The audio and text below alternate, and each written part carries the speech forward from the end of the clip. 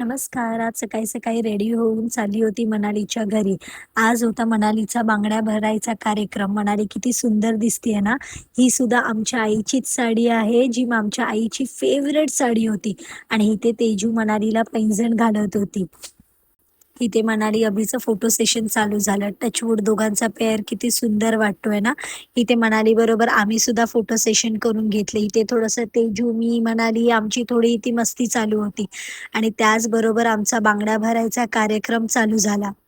बघता बघता पूर्ण घर भरून गेलं आमचं बायकांनी. सगळ्या बायका आल्या होत्या सोसायटीतल्या बांगड्या भरायसाठी आणि मनालीला असं बांगड्या भरताना बघून माझ्या तर डोळ्यातलं पाणी थांबत नव्हतं.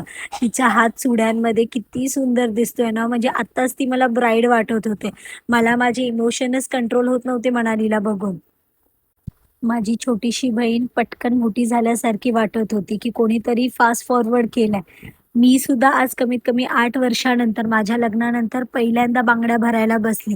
एकदम हिरव्या बांगड्या घातल्यावर एकदम नवीन नवरीसारखं फील मला सुद्धा येत होतं.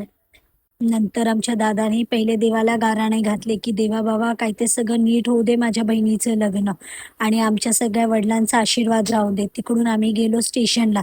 आम्हाला निघायचं होतं 2 वाजता. आम्ही 2 वाजता तर स्टेशनला गेलो सगळी सामान आणण्यासाठी.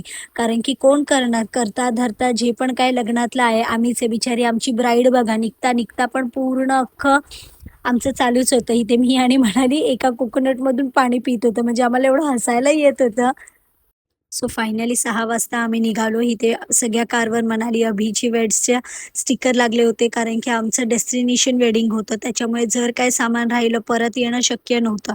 त्याच्यामुळे इथे तात्यांनी ट्रकसुद्धा लावला होता. त्याच्यामध्ये सगळं लोडिंग केलं होतं आणि इथे मनाली आता निघायसाठी रेडी झालेली बिचारी खूप इमोशनल होत होती. ऑब्व्हियसली एवढी वर्ष इथे काढली आणि आता लग्न करायला जाते आणि डायरेक्ट सोसायटी तो येईल लग्न केल्याच्या नंतर. त्याच्यासाठी आम्ही पण सगळे खूप इमोशनल झालेलो.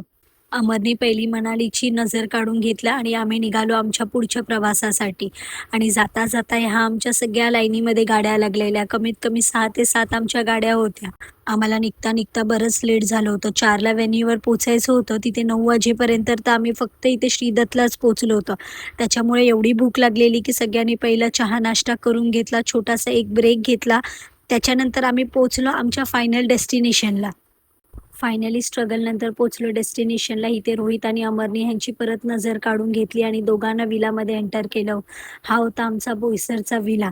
किती सुंदर विला होता, एकदम मस्त. आणि क्लायमेट तर तुम्हाला लोणावळ्यापेक्षा कमी क्लायमेट तुम्ही नाही बोलू शकत. एवढा फॉग आणि एवढी रात्री इथे थंडी होती, बापरे. आणि गेल्या गेल्या आम्ही बघायला गेलो प्रिपरेशन, कारण की इथे वेगवेगळे